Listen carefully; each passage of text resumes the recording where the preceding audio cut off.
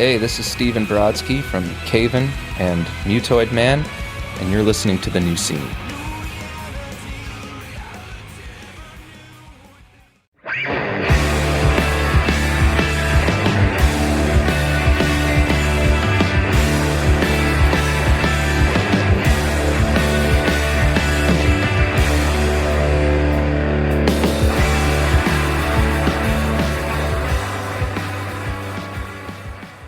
Hello, everybody, and welcome to The New Scene. I am your host, Keith, and we're back with another brand new episode. And I'm very, very, very excited to bring you this week's guest. We have Aaron Turner. Aaron is one of the most prolific people from our scene, and we got the conversation with him, and I'm very, very excited that we did. We cover everything. Hydra Head Records, ISIS, Sumac, Old Man Gloom. He's done it all. He's doing it all. And that conversation is coming up shortly. But first, here's how you can support The New Scene. Follow us on Instagram, Twitter, and TikTok at New Scene Pod. Reviews. We are on the push to 200 Apple Podcast reviews, and we're getting close. We sit at 184. So if you listen on Apple Podcasts, open the podcast app, search The New Scene, scroll down, hit that 5-star button. And if you write a review, I'll read it at the end of the show. Shirts. We have shirts for sale at Deathwish Inc. A variety of short sleeve options and our long sleeve shirt. The long sleeve shirt is sold out in large. There's limited quantities remaining. Pick one up today. Also, you can always email me at newscenepod@iodinerecords.com. Also, don't forget to support Iodine Recordings. The new LP from No Man, Glitter and Spit, was just announced. You can pre-order a copy right now, and you're going to want to do that because this record is excellent. Join the Iodine Noise Cult, Volume 3. If you sign up, you'll get every new Iodine vinyl release in 2024. That's all 14 records that are coming out this year, and you get rare deluxe variants, free shipping, bonus flexies, and other perks. Space is limited. There's only 50 spots, so sign up soon. One Line Drawing will be playing ZBR Fest this May in Chicago. Jerome's Dream have East Coast tour dates that begin February 9th in Cambridge, Massachusetts. Also, Iodine is hiring a graphic design intern. You must have experience with Photoshop and Illustrator. To apply, send an email to info@iodinerecords.com. Also, don't forget to support this month's sponsor. It's a brand new month, and we have a brand new sponsor. Say hello to End Hits Records. End Hits Records was founded in Berlin, Germany in 2013. And they're now operating out of Germany and the West Coast of the United States. They're home to many bands we know and love: Hot Water Music, Don't Sleep, Boy Sets Fire, As Friends Rust, Be Well, Terror, and Values Here. And here's some updates from the label. End Hits Records recently released Chuck Reagan's The Blueprint Session. That's on double vinyl for the first time. Gotta pick that up. It's Chuck Reagan. And The Draft. That's 3/4 of Hot Water Music, plus Todd from Discount. Their album In a Million Pieces has been reissued by End Hits. The album has been remastered for vinyl by, you guessed it, Brian McTurnan. All releases from End Hits are available via Deathwish Inc. for North America or Evil Greed for everyone in Europe and the UK. And there's a lot of exciting upcoming releases from End Hits. The discography box set from Swedish hardcore legends Abhinanda, new music from Hot Water Music, the 10th anniversary edition of Bane's legendary record Don't Wait Up, and more. Stay updated on new releases and be the first to know about pre-orders by signing up for the newsletter at endhitsrecords.com. Check out the website and give them a follow on Instagram as well at end_hits_ Records. Okay, so check back in with me in segment 3. We'll do a wrap-up of the Aaron Turner conversation. I've got new feedback. I've got new messages. I've got new reviews. We'll cover everything. But first, we are going to speak to Aaron Turner of Sumac. Enjoy.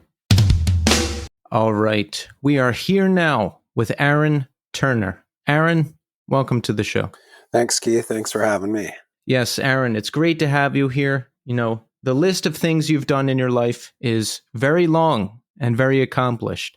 Hydra Head Records, ISIS, Sumac, so many great things. And listen, we're going to cover all of that. But first, okay, I want to ask you, how are you doing today? Doing well for the most part. Everybody in my immediate circle is relatively healthy and well, and that is of the utmost importance. And I'm fortunate enough to be spending most of my time in creative endeavors, so I'm grateful for that too. That's great. Where are you living these days? I live in Vashon, which is just outside Seattle. It's on one of the small islands in the Puget Sound. So you have to take a ferry to get here. So it's a fairly quiet spot. Oh, wow. I love that. Yeah, me too. Is it just you on the island or is there others? Well, I live with my wife and son. Do you mean a community besides us? Yes. It is not a private island. It is quite a sizable community. The land mass is roughly equivalent to Manhattan, and the population is about 10,000. Wow, that must be a really cool and unique place to live. It is. I grew up in a somewhat small town, Santa Fe, New Mexico, and New Mexico itself is sparsely populated, so in a sense, I have a background that that's rooted in smaller communities and in close proximity to nature. And after spending some time in cities, once I graduated high school and spent some time on my own outside of the house I grew up in, I kind of had my fill of living in cities and felt a desire to return to, not to my homeland necessarily, but to a place that felt somewhat akin to the way I grew up. I like that. So you're married and you have kids too? I have one child, yeah. And yes, how old? Married. He's 7. So you must have your hands full pretty much all of the time between the many creative endeavors and the young child. Yes, life is full. Absolutely. Nice. How long have you been living in Washington? I started coming here in 2008, I think. I was the relationship with the person who's now my wife, Faith Colochia, started around then, and we were kind of both traveling back and forth for a year and a half or so. I was at that time living in LA, but I would come up here to the Northwest and spend, sometimes a couple weeks at a time. And she was doing the same, coming down to LA for work. And so there was probably about maybe a year and a half or so of this transitional moment between extracting myself from LA and, at least initially, replanting myself in Seattle before moving out here to Vashon. Why did you move out to Los Angeles? Hydra Head was still active and you moved the label out there. Is that correct? It is. So between Hydra Head and ISIS, there was sort of a collective feeling of wanting to get out of Boston. And the person I was co-operating the label with at the time had moved out to LA ahead of me, and everyone else in ISIS had wanted to move, not necessarily to LA, but just move somewhere. And I think we were all feeling fatigue from living in New England during winters, successive winters. Some of us had grown up there. Others had just, as I said, maybe sort of had enough. And we didn't really have a focal point in mind as far as where we wanted to move to. There was a couple people, or maybe just one, that thought about the Northwest, but given the fact that we wanted to get away from dreary weather, I think that was squashed pretty quickly. And then the Bay Area was another option, but that was prohibitively expensive. So I think we settled on LA as just sort of an experiment in relocation. And it ended up working better for some than others. Did you like it? No. I liked aspects of it. The house I ended up living in was in a cool neighborhood, and there was a lot of great food there. And initially, I did like the weather, but I think after about 2 or 3 years, just the constant lack of seasons really started to get to me, actually. Um, and I will say that, while LA is a multifaceted city that's rich with a lot of different cultures, there is also an aspect to it that's very surface oriented and very success oriented. And especially being involved in music, that drive to succeed and that drive to compete was palpable. And that started to wear on me as well. So, I can't say that I regret my time there because it was very formative in some ways. But I'm glad to no longer be living there. That stretch of time in my life, for a variety of reasons, was probably the most difficult of my adult life. So, getting out of there eventually was kind of a good marker in terms of changing the way I lived, changing the way I was approaching relationships and making art. And even for a few years subsequent to leaving LA, when I would go back there, I would just kind of be filled with this sense of dread. But, that said, it's been quite a while now, and I can go back and appreciate the things I like about it. And I have a good time connecting with the people I know who still live there. And my brother and his family are there. So there's a lot for me to enjoy. It's just nice to have some distance from it. Yeah, I need season changes. I still live in the Northeast, and I love dreary weather. I love winter. I prefer winter to summer because I just don't feel good in the summer and really extreme heat. And LA, you've heard, I'm sure you've heard people say, great place to visit, wouldn't want to live there. Yeah, I think that applies. That's how I feel, because when I go there, it feels exciting, and you see downtown LA, and and you see palm trees, and you're like, wow, this is cool. But if you're there for an extended period of time, you're just in your car and driving to various strip malls, and I don't like it.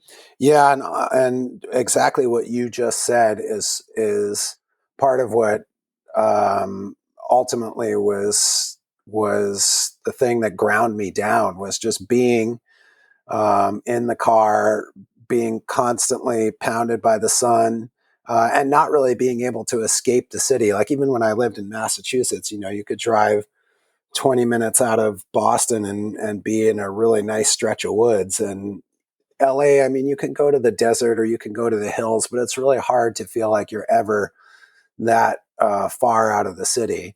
And it's also really difficult to get in and out of it. So it just felt like this really inescapable thing. And actually, I have one distinct memory of sitting in my car on the five, stuck in traffic, 5 lanes headed one direction, just surrounded by vehicles baking in the sun, and thinking to myself, this is not where I want to be. Yeah. Yeah, I'm surprised you were there that long. You seem like more of a man of nature. Well, like I said, after I left my folks' home and graduated high school, I wanted to be in a city. I wanted to be where there was a lot of activity. I really had a thirst for that kind of experience. And especially at that time, I was really looking to be part of a musical community, and I really wanted to start a band. And I knew if I was in a city, I would have a much wider pool of people to connect with who would have similar interests. And that was hard to do in New Mexico. There was a small and vibrant community, but most of the people who were, wanting to play music were already in bands. And I could, all throughout high school, I was trying to get something going and never really did. And then within the first year of living in Boston, I was finding people to play with and then forming a band, and it fulfilled that goal for me. And so did living in cities, first Boston, then Los Angeles, and then for a little while Seattle. But then, as I said, I'd had enough, and I'd also established myself as part of a musical community, and I didn't need to necessarily be in a city to perpetuate that. Right. So you moved from New Mexico to Massachusetts for college, right? You went to School of the Museum of Fine Arts? Yep. And then I ended up staying in Boston for another 4 years after I graduated. And that's where you started Hydra Head Records? Correct. No, actually, I had started it in New Mexico, but it was just a fledgling concern when I left there, and it really, it took being in Boston for me to really turn it into something. How did you get hooked up with the scene in Boston and everybody there? Did you just start going to shows and talking to people? I mean, that's the long and short of it. Yeah. And then there were some more specific things that kind of facilitated it. And one of them was getting to know the folks first in Converge and then the Cave In crew. But Jake Bannon and I became friends, I think, in the first year that I was living there, and he helped me with some of the early Hydra Head graphic stuff because I didn't really know how to use a computer at that point. That kind of Boston area scene definitely was sort of my portal into a larger connection to the world of music out there in the underground community. And with the label, you handled a lot of the artwork yourself. In reading about you, you've always had an interest in artwork, even as a young child, yes? Yeah, absolutely. Yeah, it's been a constant throughout my life. So when a band would enter onto Hydra Head with you, would you say to them, look, like, I like to be involved in the layout design. What do you think of that? How would those conversations go? I always presented it as an option and a preference, but never as a necessity. If bands had another idea, I was happy to facilitate that. And whenever they left the door open for me to participate, whether it was to make artwork or to do a logo or to do the design or to do all of it, that was certainly something that I was happy to do. Yeah, and researching about you and the label, you wanted a clear visual identity to go along with the label, and I think that's really important. Like, the music is very important, but I think having a cohesive, identifiable look and a good aesthetic is also very important. Yeah, absolutely. And that was true for me in terms of the other labels that I was interested in, and also in bands too. Those who had a very clear and specific vision about what they wanted to communicate. This is part of the subjective experience of being a listener / viewer. But, the bands that are the dearest to me are the ones who had some sort of overall presentation. They had a defined sound, they had a defined aesthetic, and in many cases a defined ethos in terms of the way they operated. And that was compelling to me, and that was what I wanted to be able to do as a band member and as a label operator. And I love the aesthetic too. I read that you were inspired by Touch Records and John Rosencroft, who I wasn't familiar with previously, but flipping through and looking at all the covers and then looking at all the stuff you've done, I'm like, oh yeah, I can see some similarities there. And I like locations. I like nature. I like buildings. I like that kind of stuff. So when I look at a Jesu album cover and you see like the factory, or you see like an ISIS album cover and just the vast ocean, I'm touched by that kind of stuff. Yeah, and I mean, Touch for me certainly was an inspiration, and also had a very narrow set of parameters that they operated in terms of the visual presentation. I mean, that is an instance where it's kind of like, if you're on the label, they do your design, and that's the way it is. Hydra Head certainly was less strict in that way. but similarly wanting to have a very clear visual identity. And just on the more, I've talked about this in other interviews too. There were other labels, sort of on the punk end of the spectrum, that did that for me too. Like, labels like Bloodlink and Gravity and Ebullition, who had a lot of handmade components to what they were doing, whether it was silkscreen covers or, some kind of hand embellishment or things like that. I really liked the human touch that was, that was apparent in their presentation.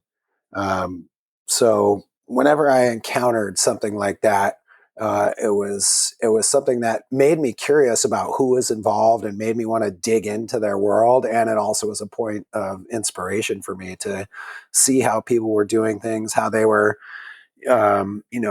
using their own ideas and their own sense of aesthetics to participate in something and to, define what they were doing and create all these little micro communities.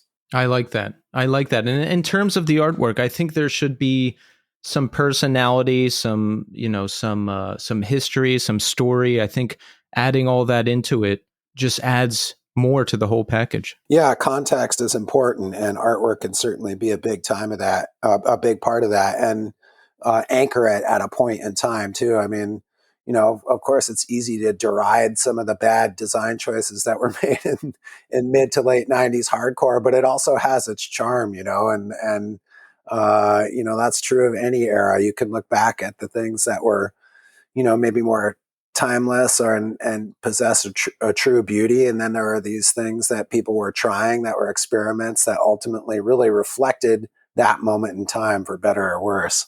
How long were you handling the label yourself before you started bringing other people on? That's a good question, actually. The first release came out in it must have been the fall of '95. And I think it was somewhere around '98 or '99 where I started working with Mark Thompson as the kind of co-operator of the label. And there had been other people kind of floating in and out who would just help me with things at sort of random intervals. And after Mark came on, we had a succession of other employees, some who lasted longer than others. But yeah, I would say it was about 4 years in when I started having more consistent help from other people. Yeah, that's around the time I discovered all of this music. And by then, Hydra Head was already a leading label in this world. I mean, from the moment I got into this music, I was listening to Hydra Head releases, Cave In, Beyond Hypothermia, Botch, American Nervoso, and Drowning Man had just put out Suicide Hotline. There was a lot of exciting things happening in the scene and on your label in particular around '98. Yeah, and I realized I needed help to be able to do justice to the records that these bands were making. I wasn't going to be able to do it all on my own, and we wanted to be able to expand the reach and make the presence of these records more immediate. And so that was the beginning of the label becoming, a multi-employee operation. Uh, and running a business was something that none of us really knew anything about, and there were a lot of mistakes made. And that said, I think also, given our lack of knowledge, in many ways, we did a pretty good job of it. And I think it became what it was very much because of the personalities and the characteristics of the people behind it. Both the people working at the label as well as the bands were very much a part of it too, in the sense that, like, not just the records that they were putting out, but the people I was spending time with, the people who were in the office on a regular basis, the bands that were going on tour together. I mean, it very much was a community in that way. Not everybody we put out a record for was necessarily a direct participant, but many were. Is there a particular instance you could think of that was a big mistake, and you're like, oh man, we're really going to have to learn from this one? Unfortunately, there weren't many moments of realization while mistakes were being made. It was more in the aftermath of those mistakes that the realizations happen, and many of them were kind of slow dawning realizations. And honestly, it took 5 or 10 years of the label being a bigger business before I started to see the flaws that ultimately led to the label sort of falling apart and eventually ceasing to exist. Oh, really? Yeah. One of the biggest problems was also, I think, one of the things that made the label interesting was just kind of this boundless enthusiasm about music, where all the stuff that anytime I heard a band that I felt like fit into our world, I wanted to put out a record for them. So it was always just like this hunt for bands to release and people to work with and connections to make, and new friendships to forge. And much of that, I think, was positive. However, it did become apparent after the label had been around maybe 10 or 12 years or something like that, that we were just doing too much. And releases were getting really delayed because we didn't have the cash flow to be able to, keep up with manufacturing. And we weren't able to properly attend to each and every release we did because there was just too much. And again, I wouldn't necessarily change any of this stuff because it shaped my life and hopefully shaped the lives of some of the other people involved in a good way. But if I were in the position to advise someone who is starting a label now, although given the context people are in now is very different, I would encourage a slower and more methodical approach rather than just this jump in and do everything you think you possibly can all at once all the time.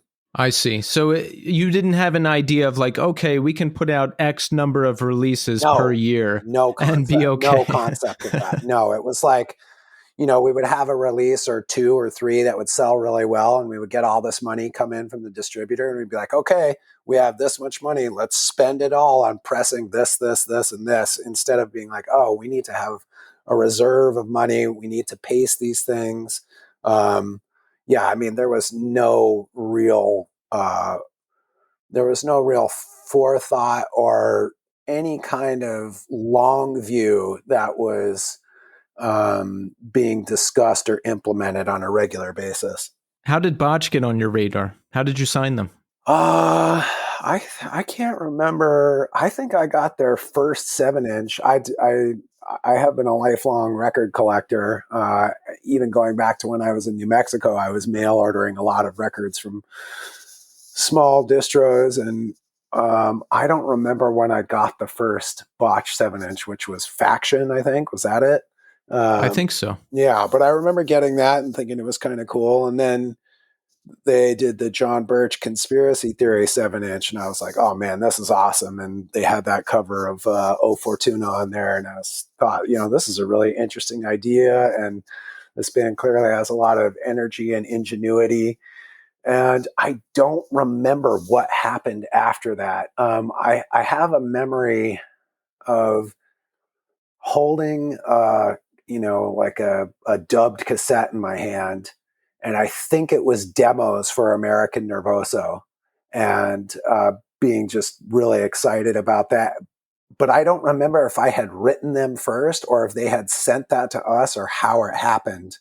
But I do remember having that tape and being really excited about the prospect of working with Botch, and that was the jumping off point, somewhere around there.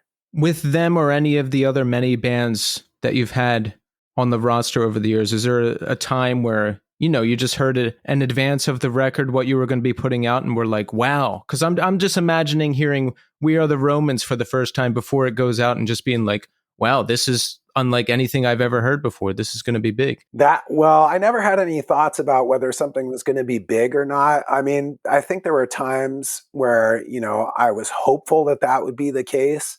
But my first thought was almost always just being excited by the music. I think the first really big wow moment that sticks out for me is going to the first location of God City, which was in the basement of an apartment where Kurt Ballou lived, and I forget who else lived there. There was quite a few people that kind of bounced in and out of that house. But anyway, I went over there when he was working on Until Your Heart Stops with Cave In, and he played back some of what they'd been working on, and it literally just blew my mind then and there. And I had enjoyed Cave In a lot up to that point, but that was clearly, an ascendance to a new level of musical ingenuity and a greater development of their very distinct personality. And I just remember feeling so excited and feeling the hair on the back of my neck stand up listening to those songs, and just feeling really excited because that was kind of like, that was one of the more, I guess that was one of the earlier relationships where we started working with a band and then started developing a kind of a parallel career with them, where we were fostering what they were doing and they were working on their end to help, promote their work. And it really felt like a cooperative effort that was a building thing, rather than just like, oh, we're going to do this as a one-off type thing, and who knows if we'll ever do more from there. Right, because you did a lot with Cave In. Even up till 2011, they came back with, they did other releases, but after the whole major label thing, they came back with White Silence. They did White Silence, and then, up until, let's see, what was it? I'm trying to remember what year Final Transmission came out, but Final Transmission was the last record we did for Cave In, and one of the final full-on releases that the label did. And that was it was our longest running and most productive relationship of any band we worked with. We did so many records for them, from, very early on in the label to the very end of the label. And, to this day, those are some of my closest and longest running friends that I made through this process of running a label and being in bands. Yeah, I still remember where I was and what I was doing when I heard Until Your Heart Stops for the first time. Someone put on Juggernaut, and then that melodic part kicked in with the guitar lead, right? And the hairs on the back of my neck stood up, and I was like, "What is this?" Yeah. It was that, that combination of those really satisfying pummeling passages of metallic hardcore, and then those much more almost kind of psychedelic and lush melodic moments, which at that point was very much a novelty in the realm of hardcore. Of course, it became this very tired trope later on, but in those days, there were very few people kind of crossing those boundaries, and it was exciting to witness that firsthand. Big time. When did you start performing in bands? After you did you hook up with a band when you moved to Boston? There was little stuff in New Mexico. I had this band with my friend Trent. I think it was in 9th or 10th grade, and he was really into the Ramones and I was really into Metallica, and we made some demos and stuff, but and I did some weird one-off performances still in Santa Fe here and there, but nothing you would call an actual band until, I want to say, maybe without looking at Discogs to look at these releases, maybe 96 was when I started my first more active band in Boston called Union Suit. And we did a demo, which Hydra Head sort of informally released. And then we did a 7-inch on Second Nature, and that was kind of the end of it. But that was sort of like the proto band experience for me, where I learned what it was like to write songs with a group of people, record them, try to flesh them out, play shows here and there. And that was a good formative way for me to figure out more clearly what I did and did not want to do as far as starting or participating in a band. So when does ISIS come together? How does it come together? Very shortly after the demise of Union Suit, which was, probably like a year and a half or 2 years after we started. And actually, it may have the foundation for it may have existed even prior to the end of that band. I got to know Jeff Kashid maybe around, I don't know, sometime in 96, I'm guessing. And we became roommates somewhere also around that time, 96, 97. And he was one of the first people I met that was coming from this background of punk and hardcore, but also had a real interest in things that pushed well beyond those boundaries.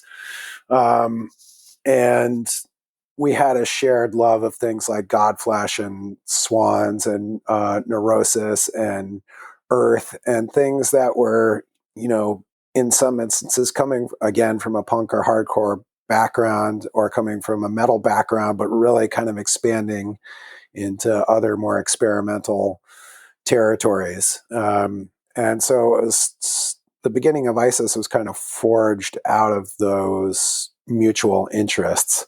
And I think we talked about the idea of the band for a little while before we actually started figuring out who else to play with and how we were going to put it together, and before any music was actually written. Yeah, I've heard you cite Godflesh, Swans, Neurosis, like as influences, not just for music, but they have a clear visual identity and some mythos behind them. Is that something you wanted when you were starting ISIS? Are those elements you wanted to put into the band? Yes. I mean, I think the idea that, those bands and a handful of others really put the music and the art first and foremost. It wasn't necessarily that they there was anonymity behind what they were doing. But there was this sense that the people behind these projects and their specific personalities were less important by far than what they were putting together and presenting as artists. That creative identity had so much potency because there wasn't this emphasis on the idea of musical celebrity driving it. It was more about, really cultivating this idea of a musical world and operating it in a way that would allow them to have full control over what they were doing, and operating from this idea of uncompromising creative integrity. Yeah, that came across too, because I've always really liked ISIS. And when I saw you guys perform, it was kind of mythical because I didn't know what your personalities were. I didn't know what anyone was like, but it was, I would see you up there and it would be like, oh, there they are. Yeah. And, I think, again, just, talking about the live context, I always appreciated going to see bands who, didn't pander to the audience. They clearly put a lot of effort and energy into what they were doing, but there was not this idea that it needed to be this fun spectacle of entertainment. The purpose was to become fully immersed in and even entranced by this musical moment and really inhabiting that moment fully and being highly invested in it. And so that was definitely part of the intent with ISIS as well. When I discovered you, Mosquito Control was out and you were the loudest band in existence. Like you would play and you would clear the room. A lot of people would leave because they couldn't handle it, but the realest of the real would stay for it. So what was the gear setup at that time? Did you just have the amps turned all the way up? Or were you using full stacks? What was going on?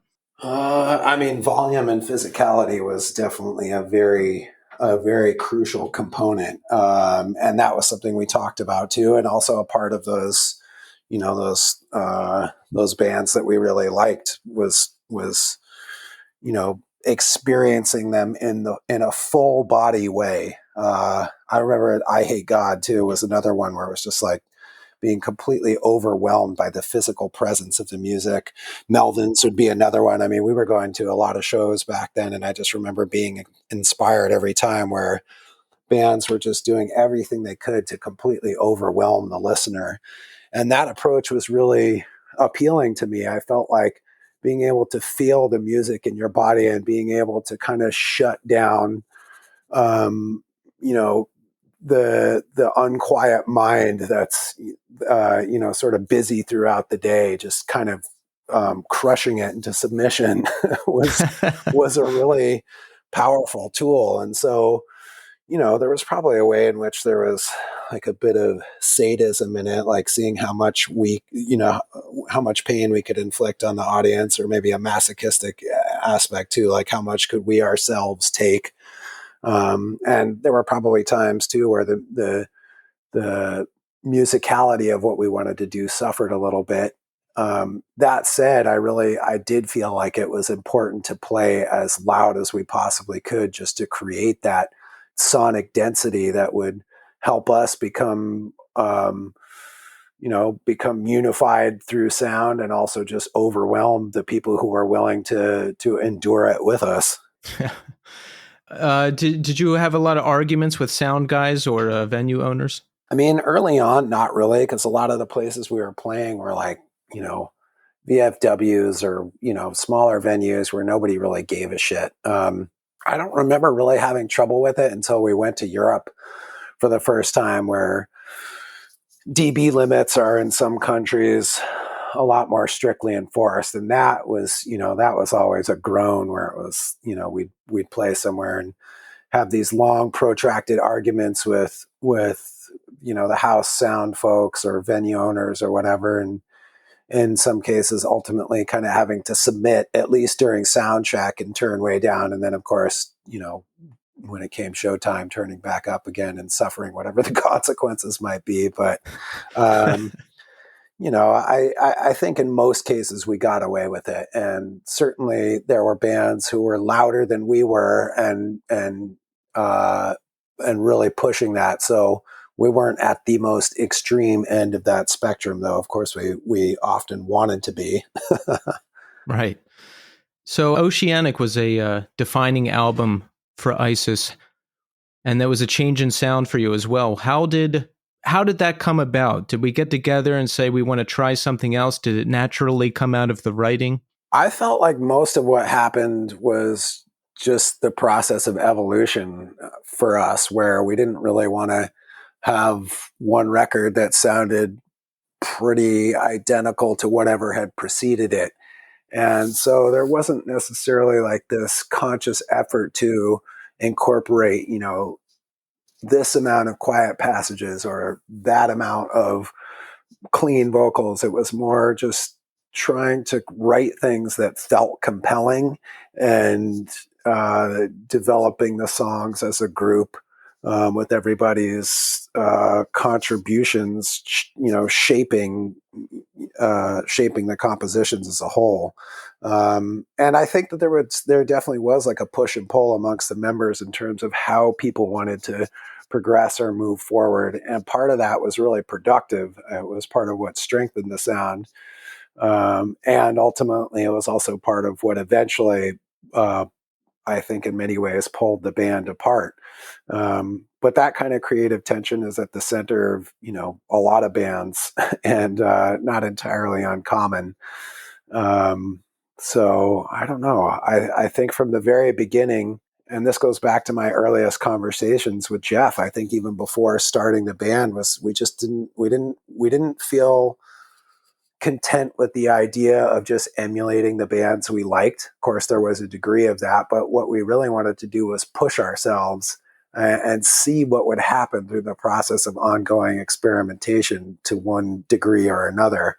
I think our willingness to experiment collectively sort of diminished as time went on, but I do remember, at least as far as Oceanic and maybe even into Panopticon, there was this idea to just kind of keep pushing in different directions and finding out what worked and what didn't, and what felt compelling and what felt redundant, and really just relying on our intuition to guide us towards those things that felt the most vibrant and most relevant to what we wanted to be hearing and creating. Had your music taste changed over the years, and did that influence what was going on in ISIS at all? Like, when I got into this, I just wanted to listen to the most extreme and crazy music there was out there, but then I discovered emo bands, and then I got really into post-rock, so that would influence what I was writing in bands as well. Was that the case for you?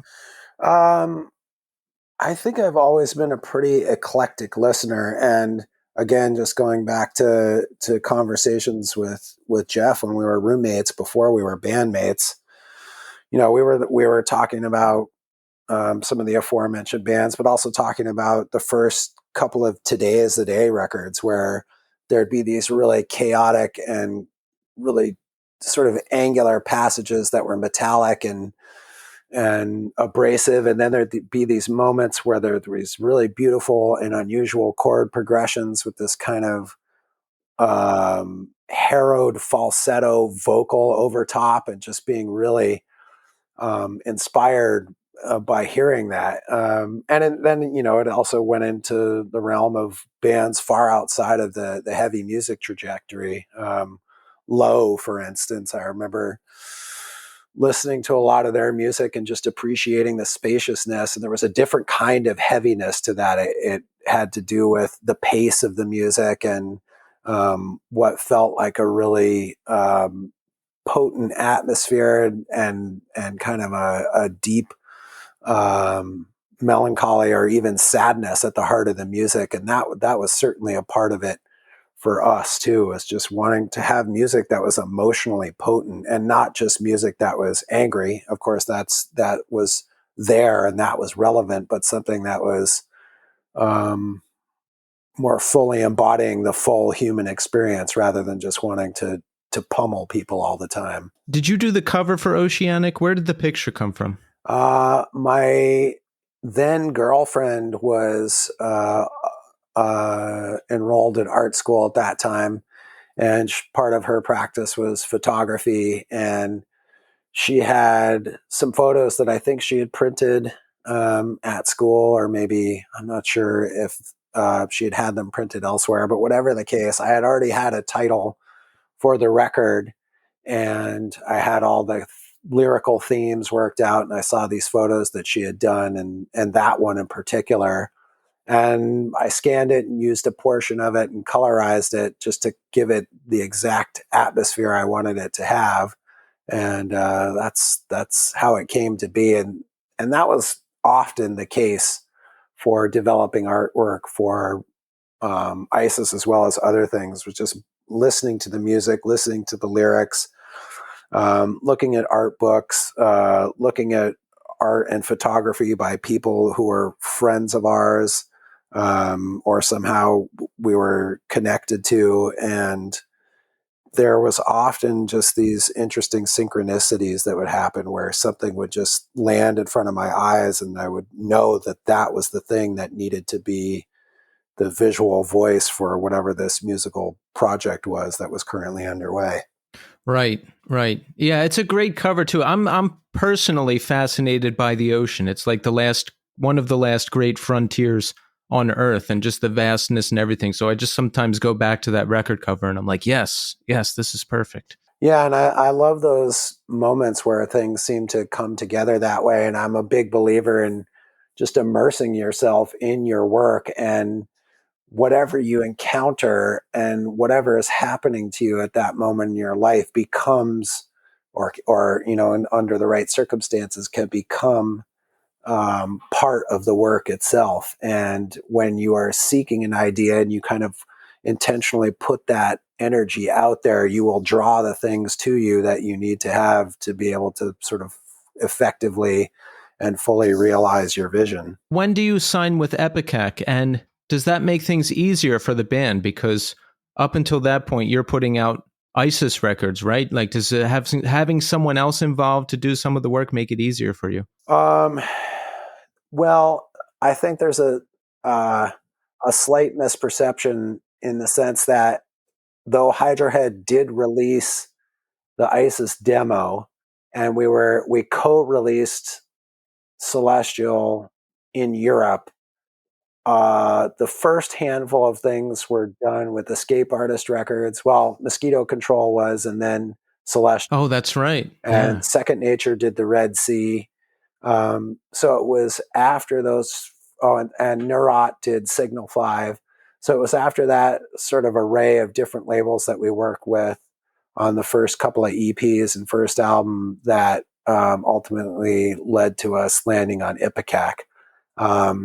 James Plotkin, who was part of Atom Smasher, then Phantom Smasher, a project we released on Hydra Head, and then later a member of Con8, and a participant in some other things we were sort of peripherally involved with.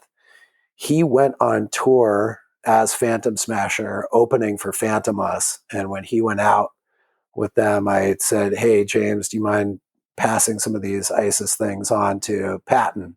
The idea being that, we wanted to go to a label that would ultimately be more of a home for us, that seemed like it was artistically open on a wider scale, and again, sort of using the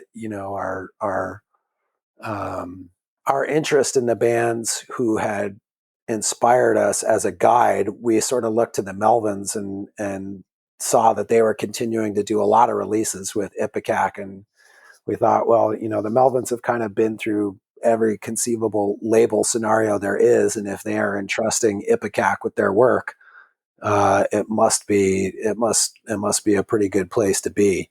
And I may have even read in an interview with Buzz or something like that, where he had mentioned Ipecac just kind of being like, "Yeah, we're here for you. Do what you want. Creative integrity is the name of the game, and we're going to stay hands off. You just do your thing, and we'll be here to support you." And that's exactly what we were looking for. We wanted a label that had the resources and the reach to be able to support what we were doing, but would also completely stay out of it and just let us, be who we were. And that's exactly what Ipecac did for us. Yeah, things got pretty expansive, right? I know you toured with Tool at one point, I think in 2006, and even people not involved in the scene would know ISIS, because they saw you with Tool or they heard about you. Like people that I knew who didn't listen to hardcore or metal or core or any of that stuff would know ISIS. Yeah, and again, that was partially a goal for us in the sense that we weren't looking, or I would say in most people's perspective, as far as participants in the band, we weren't necessarily looking for mainstream acceptance, but what we were seeking was a wider audience beyond the realm of just metal and hardcore, because that was not the totality of who we were. There was so much else in play that we were incorporating into our sound, that we were really hoping to find listeners who went beyond those bounds as well. And that was important for us in terms of being on Ipecac, but also in terms of, the curatorial approach we took to bands that we brought out on the road when we had the opportunity to do that. We really tried to take not only bands that didn't sound like us, but were nowhere really even near the realm we were operating in, and in many cases weren't even necessarily bands. We took a lot of solo performers who were doing much more abstract ambient or textural or noise related stuff, and we did quite a few tours with our label mates on Ipecac, Dialect, who were following a similar trajectory in the realm of hip hop that we were with metal, where there was just a clear foundation in this one particular world, and then this intentional move to incorporate a lot of other things into something new. And so that was definitely at the heart of our practice in many ways. From an outside perspective, it seemed like the band was always respected with their choices. You guys did a lot of different things, a lot of different collaborations. The sound changed, the sound evolved, but it didn't seem like there was ever any big fan backlash or anything like that. Was there ever, from your perspective? Not really, from what I could tell. And again, part of this just, I think, has to do with the fact that we never pulled like a radical 180. To me, when I look at the progression we had from album to album, it made sense. Everything kind of just followed along us. I don't even know what the right word for it is, but if I look at the arc of what we did, there's no major hurdles or gaps or sharp turns. It feels like everything built upon what was there before and then expanded outward towards whatever the next thing came to be. So what we did wasn't a jarring revelation for most of the people that listened to us. There were certainly, over the years, folks who said, I really liked your first two EPs and then I didn't like it after that. And that's to be expected for any band that changes what they do. You're never going to be able to please your entire fan base throughout the course of your existence. But yeah, I never felt like there was a time where, a huge swath of our audience turned against us because of any particular record or song or band we chose to go on tour with or anything like that. How did the collaboration with Aereogramme come about? That's one of my favorites. And the song Low Tide, that's one I go back to all the time.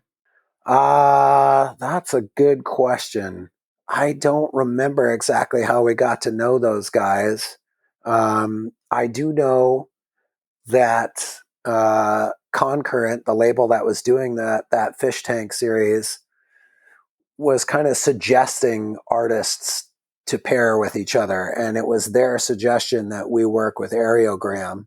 That was not our introduction to the band, however. We had known of their music prior to that and been appreciators of it, and also appreciators of the previous installments of the Fish Tank series. There was a lot of really cool artists who were paired up for that and made albums that we had enjoyed. So when that pairing was suggested and that participation in that series was suggested, we immediately agreed to it. And I wish we had done more of that kind of thing. And I'm also glad we had the opportunity to do that particular project. Moving into the final record, Wavering Radiant, did you guys know it was going to be the final record? Good question. It was definitely a long and kind of grueling process to write that record. There were many days spent in the practice space while working on that where we would try something and then just kind of sit there in silence for what seemed like hours, but was probably just, 5 or 10 minutes at a time. And I think it was becoming clear that there was those diverging interests that we had that had originally been a source of strength were becoming a point of division between us creatively. So I don't think there had been any explicit statement of dissolution made before we completed that record. However, once it was released and the tour cycle for it began, it was during that where I think there was really, at least from my perspective, a sense that things were, if not breaking down, at the very least in serious need of repair or discussion, which was not our strong suit, unfortunately. We had started the band as 19 and 20-year-olds, and that's not an age at which most males I knew were really good at communication and really forthright about what was going on. And so that pattern of being sort of uncommunicative and withholding from one another on the deeper, more fundamental levels was sort of firmly ingrained in how we operated, and also, again, part of what led to us having difficulty working with each other towards the end. What was it specifically? Like you mentioned different influences, the friction, being something that can help the band but ultimately pulled it apart. Could you just not get on the same page musically? Did different people want to do different things? Like, what was it? There was a point even during the writing of the previous record where I can't remember. I think Mike Gallagher was living on the East Coast and Jeff Kashid was also living in North Carolina. So we were already just spread out, which in and of itself presented some difficulties, and I think made it hard for us to be on the same page, because often we weren't even in the same space. And then, by the time we got to the final record, I think, we were becoming more fully formed adults with clearer identities. In our early days, like I said, when we were 19 and 20, we were all just wanting to get out there and play and write music and make records. And for a while, that's enough.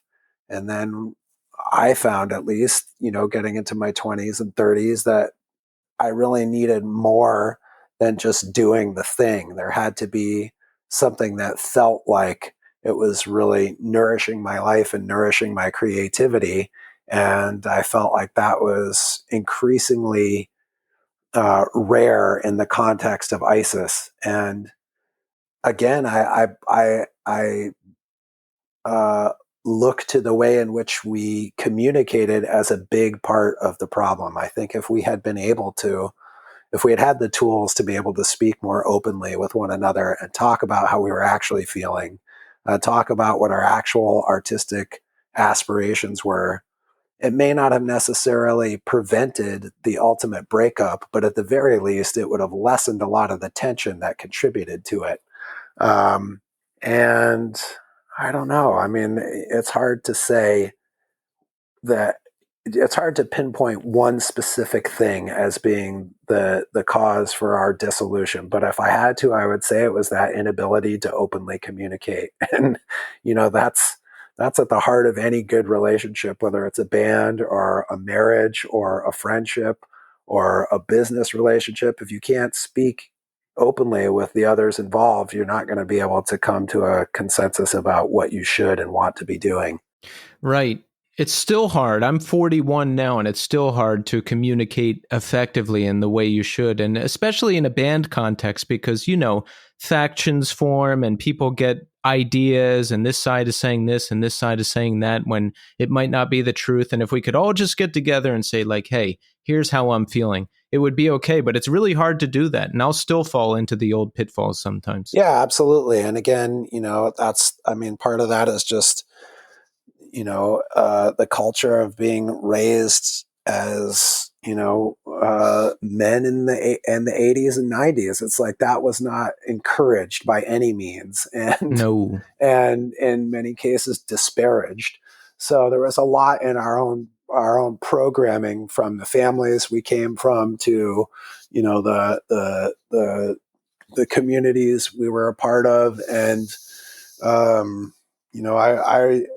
I said this to one of my former bandmates the other day because we were talking about it. I was like, I feel so grateful for so many of the things we got to have as the result of being in this band together. The one thing I really regret is not honoring what we had by speaking more openly with everyone in the band, and by letting our friendships get damaged by that inability to communicate with one another. How is everybody's relationships now? Are we all talking? Are we all good?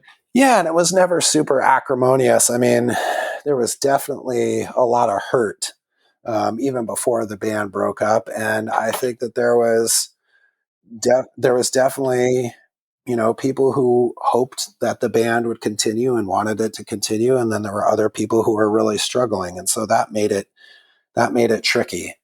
And it did take quite a long time for us to be able to start talking more frankly with one another about these things. I would say at this point, while I don't necessarily talk to everybody in the band on a regular basis, we could all get together and have a perfectly good time being in a room together or being together one-on-one. And there are a couple of folks in the band I do speak to regularly, and I'm glad that in most ways our friendships seem to have remained intact, despite the fact that the band we all started together and that brought us together no longer exists. How was it after the breakup for you? I mean, you've been doing this band a long time. It's taken you to great heights. It's, a big part of your life for a long time. Were you depressed after it was done? Did you want to be done with music for a while? What did you do? Man, part of the problem with our breakup was just that everybody did have different perspectives. So I just want to make it clear that what I say here only applies to my perspective.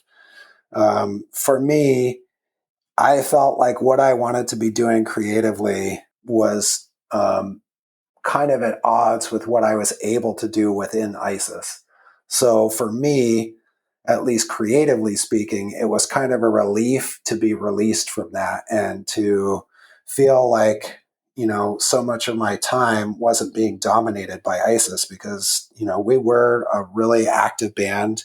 When we weren't touring, we were working on writing or we were recording, and that took up a lot of time and energy. So, to be able to begin to explore other things again with different people, and also to just, not be a part of that constant cycle of writing, recording, touring, was liberating for me. And then there was another part of it that was pretty difficult for me, not just because of ISIS, but because it was also around that time that uh, I left Los Angeles. My partnership with Mark, with whom I was running Hydra Head, was breaking down. A long-term relationship I had been in throughout much of the time I was in ISIS also came to an end.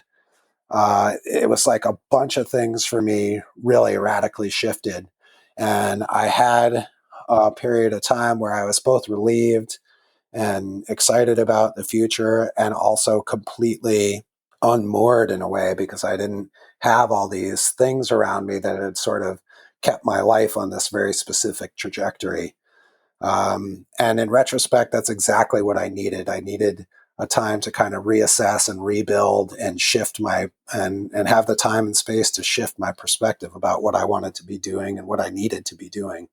Yeah, that makes sense. I think a lot of people hit a point where everything that was working just isn't working anymore and choices have to be made. Yeah. And again, I wish in some ways I had handled it differently and been a better communicator and been a better friend. And also this was just part of what needed to happen, I think. And that's the pain of making change in your life.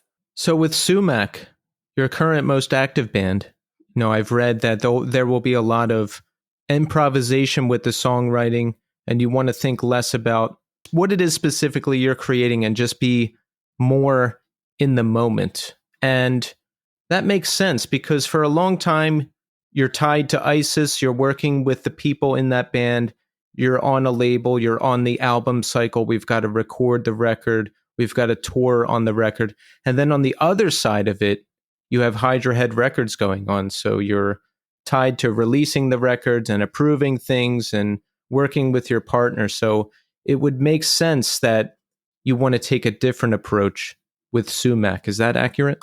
It is. And I think another big part of that was just wanting to make sure that whoever else was involved was not only creatively fit for the job, but also was someone that, I felt like I could work with differently than how I had operated within ISIS, people that I could communicate with easily, who are easy to get along with for me.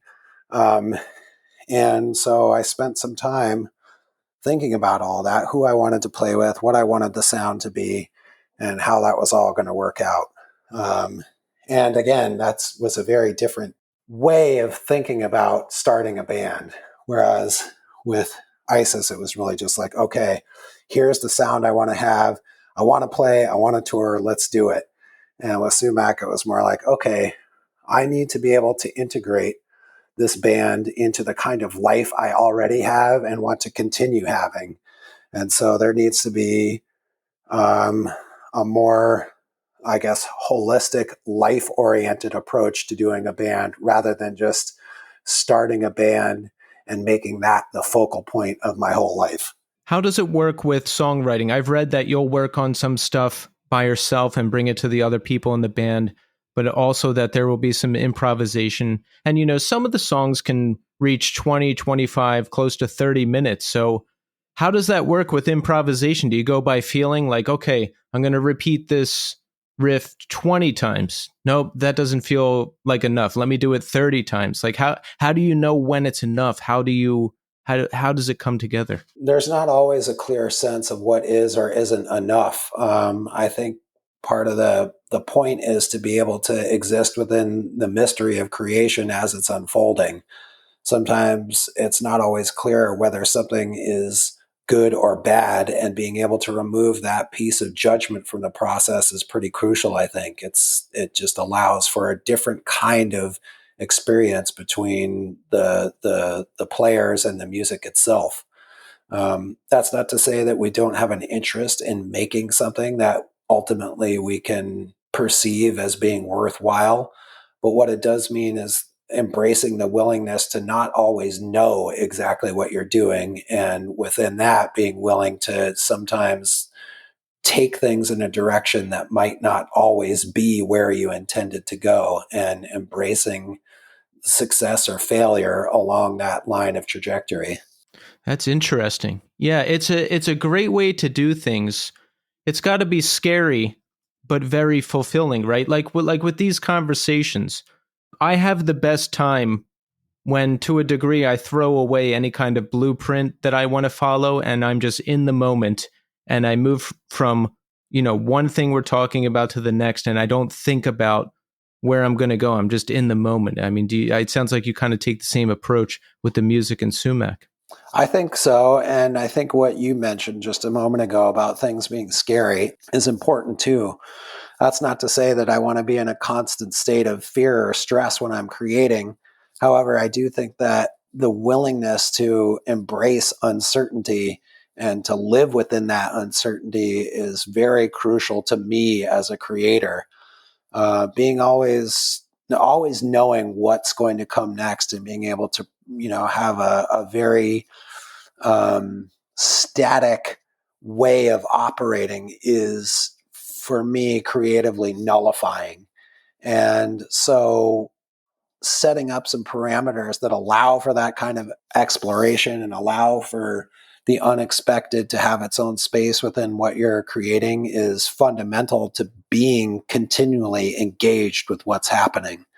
And again, for me, just talking about kind of the ideology behind Sumac, and going back to what I said a moment ago, having a band that operates in a way that to me is more reflective of life itself is part of what makes it so fulfilling for me. Life itself is unexpected, and there's a lot of ways in which we have to remain adaptable. We have to be flexible with the people we're around, and having a creative practice that mirrors that is, for me, really really fulfilling and hopefully meaningful to other people that are willing to dig into it. I like that.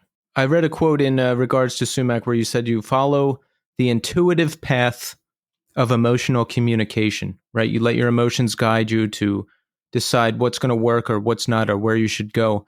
I do the same thing. I need to be struck with inspiration to write something a lot of times, or I need to be guided. And you can feel it. You can feel it when it hits you, or when you're in a room playing with people, you can feel when something is really working. Do you find that as well? I do, and I think that's what's always been exciting to me in writing music, is when there's that sense, almost kind of an ecstatic state where you're on to something. And it is not always the case that is the place where the best music is made, but it's often a pretty good indicator. And coupled with that is also this idea that moment when something is forming is far more interesting than all the successive moments where you're merely recreating the idea that you've previously discovered. And that's why I think improvisation is a big facet of what we're doing with Sumac. We can have these things that are tightly structured and fun to play because we know them, and we know how to really emphasize certain aspects of those parts. And then we can also have these moments where we let that all fall away and have this whole other side of what we do to explore and use as a counterpoint to those more tightly structured moments. Right. Right. I like that about the music. It's a journey. Though there will be a riff, and it sounds like a pretty typical heavy song structure, but then it takes a left turn into something else, and then another turn into something else. I like what's going on. Yeah, I do too, and I'm feeling exceptionally grateful to being able to continue exploring it. How does it work live? Will there be improvisation live? Are you replicating exactly what was put down on the record? How does it work? There would be no way for us to exactly recreate what we've done on the records, especially with the last two or three, because there's a lot within those recordings that was made up on the spot. I mean, sometimes within a set of guidelines, where there's one foundational element that remains unchanged, or there's a certain point of departure within the song that never changes. in terms of like the sequence of events. But as far as the actual passages that were initially improvised, there's just no way for us to recreate that, and that's part of what makes these compositions have a continued life, is that they grow and change and evolve from the time we write them to the time we record them to all the successive times that we play them live. So we write a set list, we know what songs are going to be on it, and then within those songs, we don't always know what's going to happen or how long the duration of a specific part might be, or the intensity or dynamic of what's going to happen for us individually or collectively. And again, we just try to really inhabit those moments and honor them by being there, instead of having to think about what comes next, or whether the part itself is being played well or poorly, because it didn't exist before that. So there's no way to really qualify those sorts of judgments internally. That's really interesting. You're like on another plane of live performance now. I mean, that's the goal. I'm not sure we always get there, but again, some of this goes back to some of my earlier foundations, and as far as what inspired me. I remember listening to a lot of Hendrix recordings when I was young, and hearing the studio version, and then being really shocked to hear live versions that were 10 minutes longer than the studio versions were, and abandoned song form altogether in some cases. And though I didn't much appreciate it in my younger years, I was exposed to a lot of jazz through my dad's listening that took a similar path, where there were themes that were introduced, and then long passages of improvisation where people took those points of departure and followed them into completely different territories. Yeah, I had this conversation with someone I can't remember recently, where they said they were young and saw Smashing Pumpkins, but the songs were different from exactly what was on the record, and they weren't happy about it. But now that they're older, they can appreciate that more. And I'm the same way. If I was younger, I would have been like, oh no, it's different, it's not good. But as an older person, I can appreciate it because, like in the case of Sumac, what you're going to get is a unique experience to you and that show. I hope so. And that's, for me, as a listener and as a show goer, has always been compelling too. When you see a band live, and it's a very different experience from the recorded incarnation. I mean, of course, there's instances where that's not great. I can certainly think of bands that were very heavy and powerful sounding on record, and then I saw them live, and there was not a lot of energy, and in some cases, a complete lack of volume, which made it antithetical to what I thought the band should be.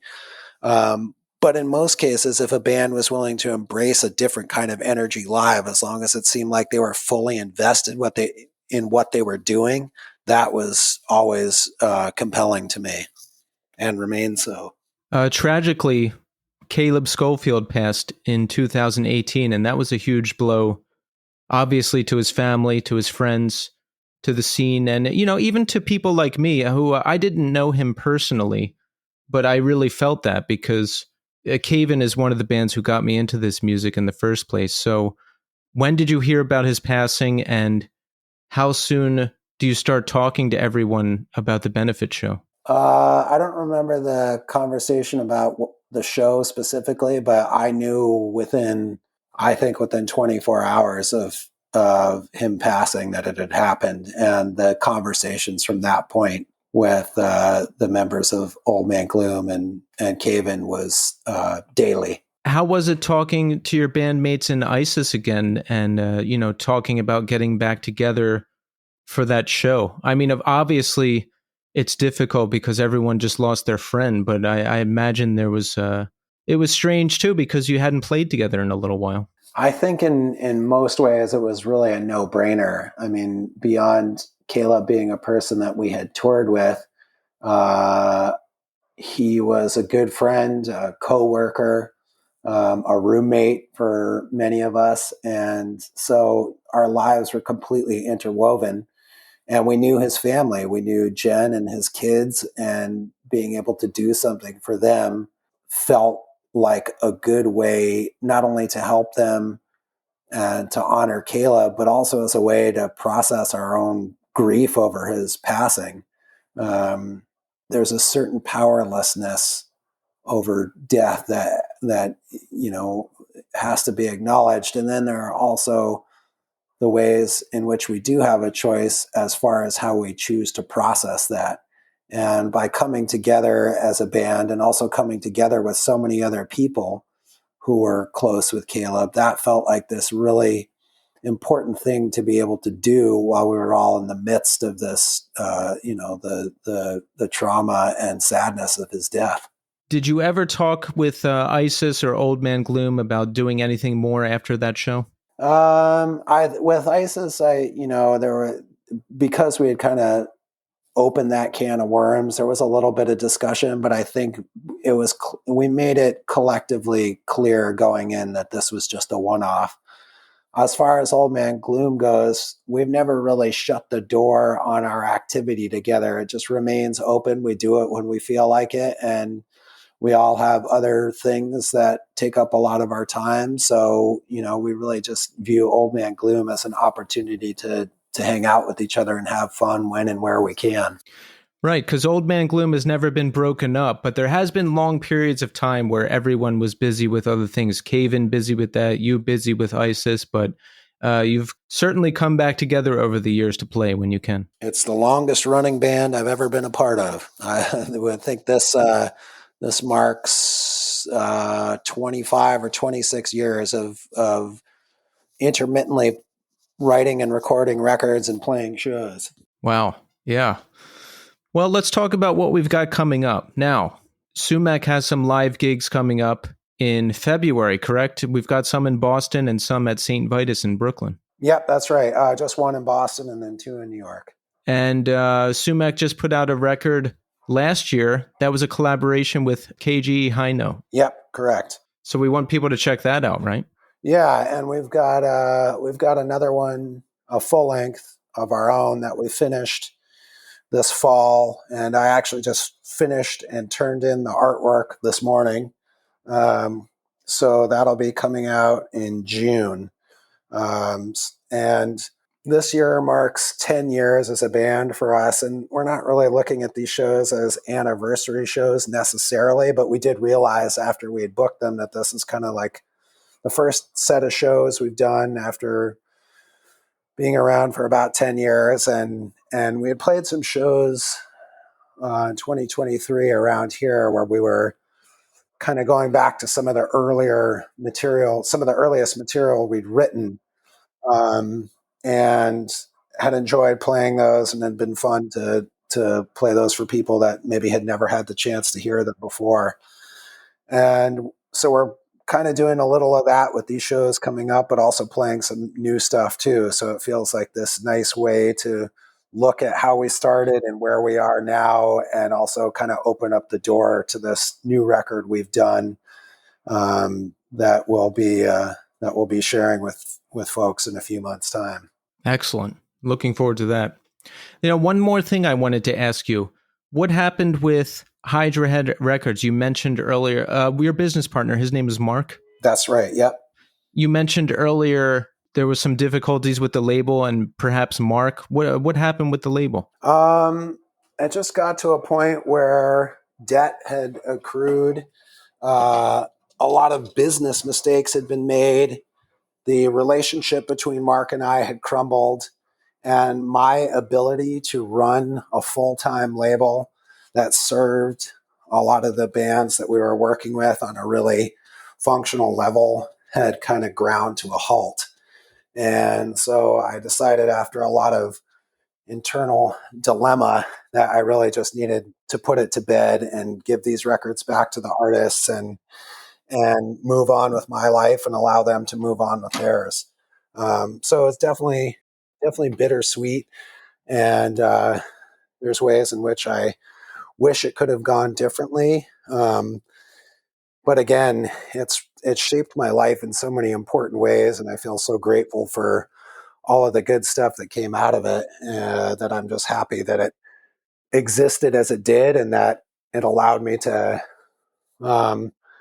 make so many important connections, and that it also meant a lot to a lot of other people. I think that's more than is to be expected out of most endeavors in life, creative or otherwise. Certainly. I mean, I think Hydra Head is one of the most important labels in our scene, and just so many records. I mean, if you're ever having a bad day, you can just go back and look through the discography and say, hey, look at all this. Look what I did. Well, I certainly wouldn't say "look what I did." It would be more "look what we did."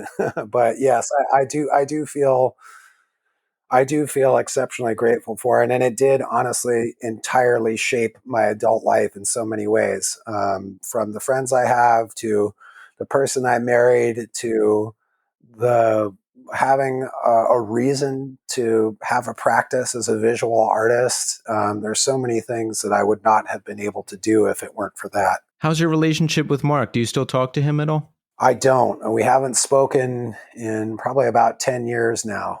Would you want to, or are you just leaving it how it is for now?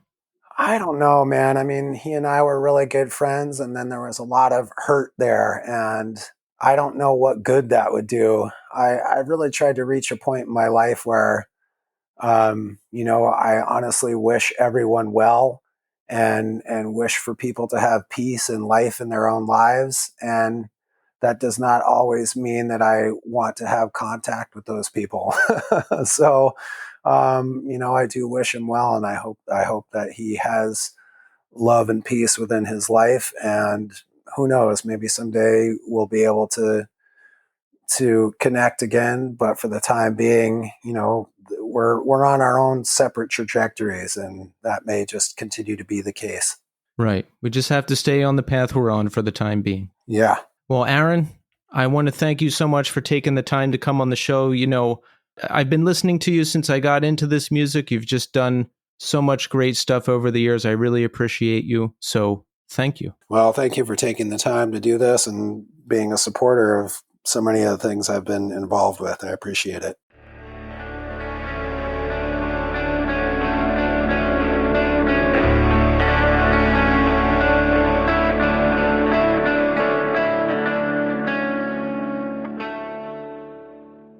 And there you have it. Aaron Turner. Wow. Excellent, excellent, excellent conversation. This is one of those conversations I've wanted to have since the beginning of the show.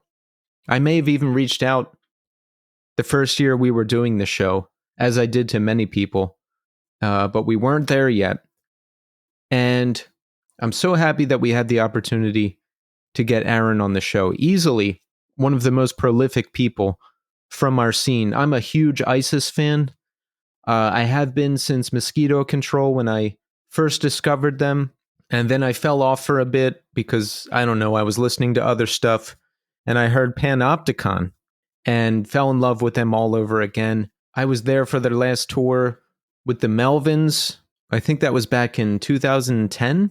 But, I mean, just look at everything Aaron has done. Hydra Head Records, the number of great releases on Hydra Head Records. Go ahead online and scroll through everything they've released. It's crazy. I was indoctrinated with Hydra Head Records right when I got into this music. Cave In, one of the first bands to get me into this music. Drowning Man, Jezu, I mean, you name it. Everybody's been on Hydra Head. Botch, I mean, come on. And it was just really fascinating to talk to Aaron about everything and to get to dig in deep on Hydra Head and ISIS and learn more about that band. And Sumac. I'm a newer fan to Sumac. What a fascinating process their creative process is.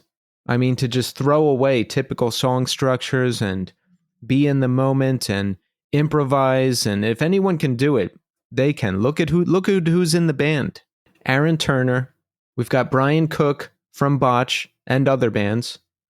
And Nick on drums. If anyone can get the job done, they can. And Aaron is just so well thought out, intelligent. Having the conversation, my mind was blown because I'm like, wow, we actually got Aaron Turner on the show.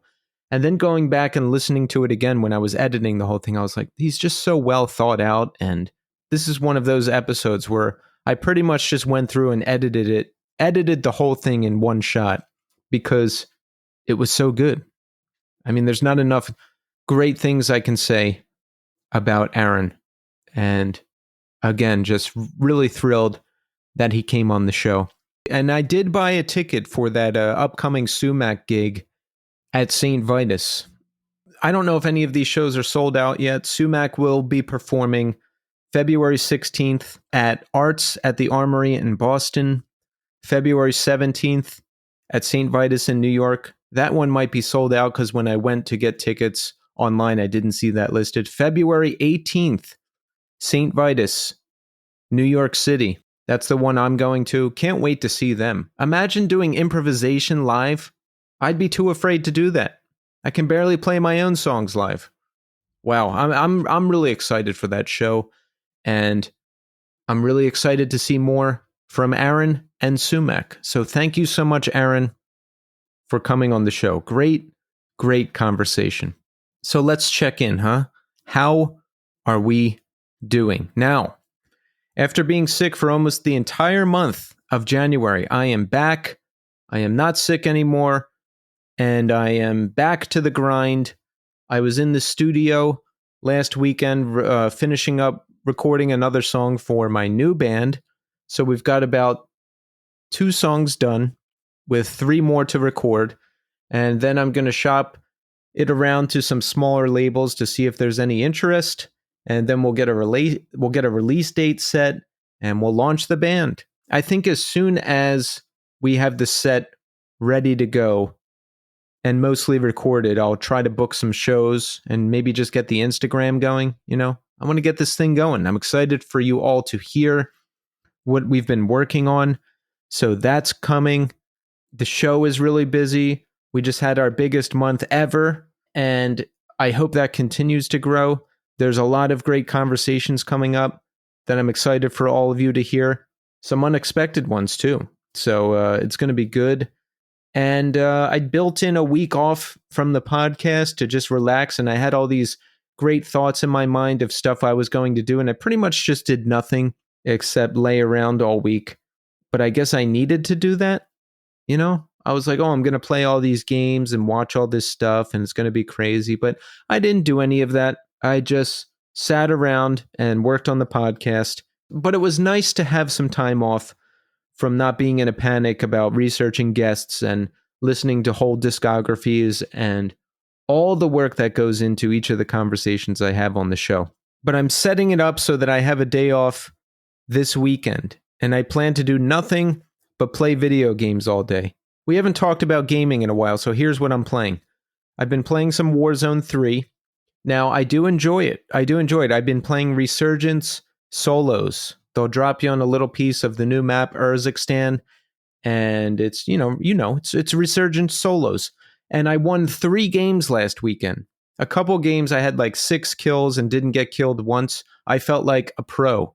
I was so happy. You know, Warzone wins do not come often to me, especially because I don't play nearly as much as I used to. So when I actually win, it's the biggest rush. Still, I've been working on the Dead Space remake. I have played part 2, but I never played part 1, and I love it. It looks great. It's fun. It's scary. I'm having a great time with that. I started A Link to the Past on Super Nintendo. I've never played that in my life, but I kind of fell off with that. Elden Ring I was playing a lot, and I kind of fell off with that because Elden Ring is a big investment of time. You can't just like jump in for 5 minutes and play and jump out, which is mostly what I do these days. The Elden Ring, the map is immeasurably big, and there's just endless stuff to do. So I don't know. I haven't played in a month or 2. I need to get back into it at some point. We'll see. I'd like to finish that game at some point, but it's going to take me a long time. I've also got a bunch of retro stuff that I haven't jumped back into. I picked up my old Sega Genesis from my parents' house. I have Sonic 1 and 2. I picked up my old PlayStation from my parents' house. I've got the original Final Fantasy VII. There's Quake stuff I haven't finished playing. There's Sigil 2, which is a new chapter for the original Doom that John Romero created as part of the Doom 30th anniversary. I have to play that. But listen, all of that is getting put aside when Final Fantasy VII Rebirth comes out at the end of February. And I'm really excited for that. Can't wait to play that. So, as much as I like gaming and as much time as I spend on Twitch all day watching other people game, I really don't play that many games anymore. There's just not time. I don't have time like I used to. I'm going to a lot more shows. I'm out more than I used to be. And, by the time I finish my day job and then finish the podcast and it's like 10 o'clock at night, I'm not typically gearing up to play games. But when I can play, I do really enjoy them. It's the one thing I have left that's just mine that I can just sit there and enjoy and tune out. So I still do it when I can. There's a lot of shows I'm going to coming up too. Check this out. Let me read to you from my spreadsheet here. All right, we've got Code 7, Jerome's Dream, Author and Punisher with Glassing at St. Vitus. Can't wait for that one. Zulu at the Meadows in Brooklyn. I'm really, really, really excited for that. I just, a new tomorrow is a perfect record. There are not many perfect records out there, but A New Tomorrow by Zulu is a perfect record, and I can't wait to see them. I'm going to that. The Koyo One Step Closer and Anxious tour. I'm going to that. That's going to be insane. And I think Knocked Loose. Knocked Loose is playing Terminal 5 here in New York City. I'm going to go to that too. I've sort of saw Knocked Loose at Furnace Fest, but the stage was so crowded. There was just people everywhere. You couldn't even get close to see them. So I need to see them for real. I really enjoy them. So I'm going to go to that too. All right, so let's check in with the New Scene Community Hour. First, I'm going to read the new Apple Podcast reviews that we've gotten. And listen, if you have not submitted an Apple Podcast review, please do so. We are very close to 200. We are on the push to 200. We only need like 16 more. So let's do this. Let's get it done. We'll give it a rest for a little bit, and then we'll be on the push to 300. So here's some new reviews. All right, we've got a new review from Action Freak. 5 stars. They say, Keith, I've been waiting for the day you talk to someone from Thrice, and I'm so stoked that you got to talk to Riley, one of my favorite drummers ever. So happy you got to talk to him, and very excited to hear that they're still working on the new album. Hope you get to talk to the rest of the guys from the band as well. Teak. That's from Teak. Thank you so much, Teak, for that review. Yeah, a lot of good feedback on the Thrice interview, and I loved it too. Great band. Thank you, Teak, for that review. Next one is from Clay W. 5 stars. Do yourself a favor and listen. I don't listen to every episode, but the ones that I do listen to are great. Excellent interviews. This is high on my rotation list. Thank you, Clay. All right, we have another new review from Hot Rod Chris P. Chris says, great show. Listened because of the episode with Riley from Thrice. Now another great podcast to add to my roster. Welcome to the party, Chris. Thank you for listening. All right, and we have another new review from Horace. 5 stars, nostalgic and inspiring. Very excited to stumble upon this show. While I am not familiar with many newer bands on here, I enjoy all episodes, but especially the hardcore bands from Y2K era that I grew up on, many of which I had not thought of in many years.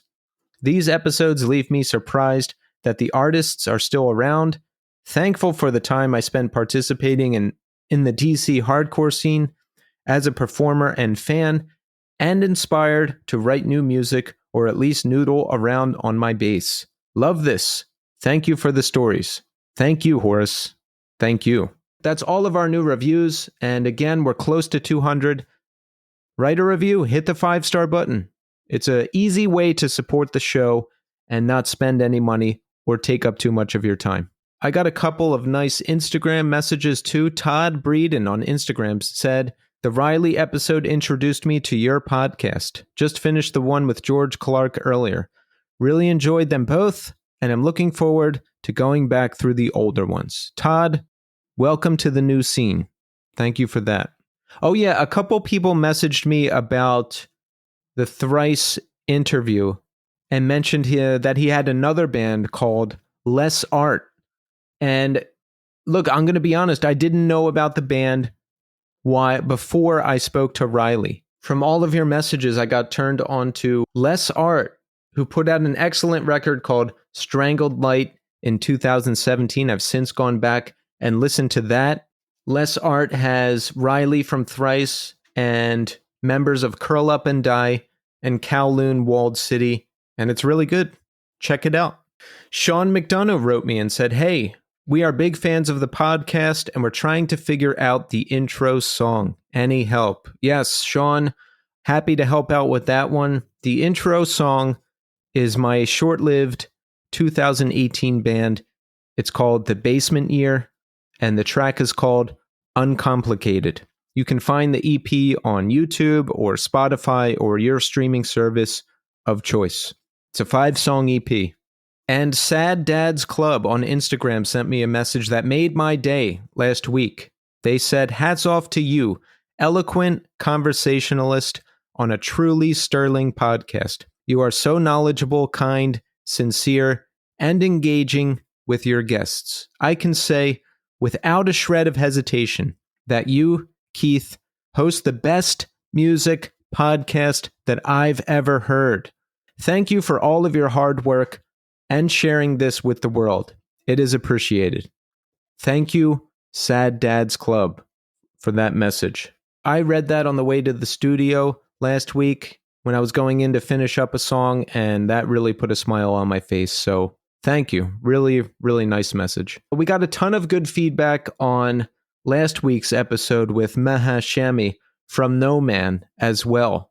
You know, just people saying how inspiring it was and what a great conversation it was and how important it was. And look, I'm very happy to give Meha a platform to tell her story, to speak with her about it, to get myself up to date on everything that's going on, and support her and the Palestinian people in the small way that I can. So again, Meha, thank you for coming on the show, and thank you everybody for the kind words about that episode. And we have a new feature on the show, which you've probably seen by now, which is the Artist Spotlight interview. And those interviews will continue on the last episode of the month each month. Sometimes there might not be one, but when there is one, it'll be in the last episode of the month. And that's an opportunity to have some up-and-coming bands and lesser-known bands on the show to give them some exposure and support them. Because, you know, when Tommy and I started this show, we felt like the underdogs. Tommy hadn't been in a band in a long time since he was an audience of one. I hadn't been in a band for a couple years at that point. And this was our thing. This thing of ours, as Tommy used to call the show. The show was a way for us to be connected to music, to talk to the artists we love, and to connect with each other as well. And, you know, throughout the early days of the show, we always made it a point to have newer bands on that we discovered and loved. And we always made it a point to have friends of ours on the show as well, who were in bands that we grew up with, or were in bands that were not necessarily huge, or, you know, or were in bands that broke up a while ago, whatever the case is. And after Tommy left the show, I was doing guest co-hosts for a while, and that was a way for me to get comfortable doing the show myself and just to have guests come back on the show so I could catch up with them. But again, also to have friends on and have people in lesser known bands or more upcoming bands on the show to give them some exposure. But sometime around September of last year, I just lost the desire to do the guest co-host thing anymore. It's hard. You have to basically record 2 shows. And, you know, for a first-time guest coming on the show, it would be confusing if I said, "Hey, do you want to guest co-host the show with me?" They don't know what that means. And I think sometimes it would make the show too long, too. Sometimes some of those episodes could reach close to 2.5 hours. If someone's coming on the show for the first time, I don't want to put the pressure on them to host an entire podcast with me. You know, if I'm going to have somebody on, I would rather just have them on for the interview. So we will continue to support new and upcoming artists in the Artist Spotlight segment of the show. And that's it that's all I've got for this week, but we're back next week with another big episode with a person from a band I've been listening to since I got into this music. A band many of you are familiar with, an excellent band, and I can't wait to be back with you next week to present that episode. So this week we are going to end the show with my favorite ISIS, the band, song. It's called Backlit, and it's from their 2004 album, Panopticon. I think Panopticon is my overall favorite ISIS, the band, release. And remember, you can always find all the music associated with the show on the New Scene Spotify playlist. Our 2024 Spotify playlist is live now. Search it out, like it, follow it. I put all of our guests there. I put all of my personal recommendations there. And there's a playlist for every year that the show has been active. So you can go through and hear all of the historical playlists as well. I'm back next week with a new episode and a new guest. So thanks everybody for listening. And until next time.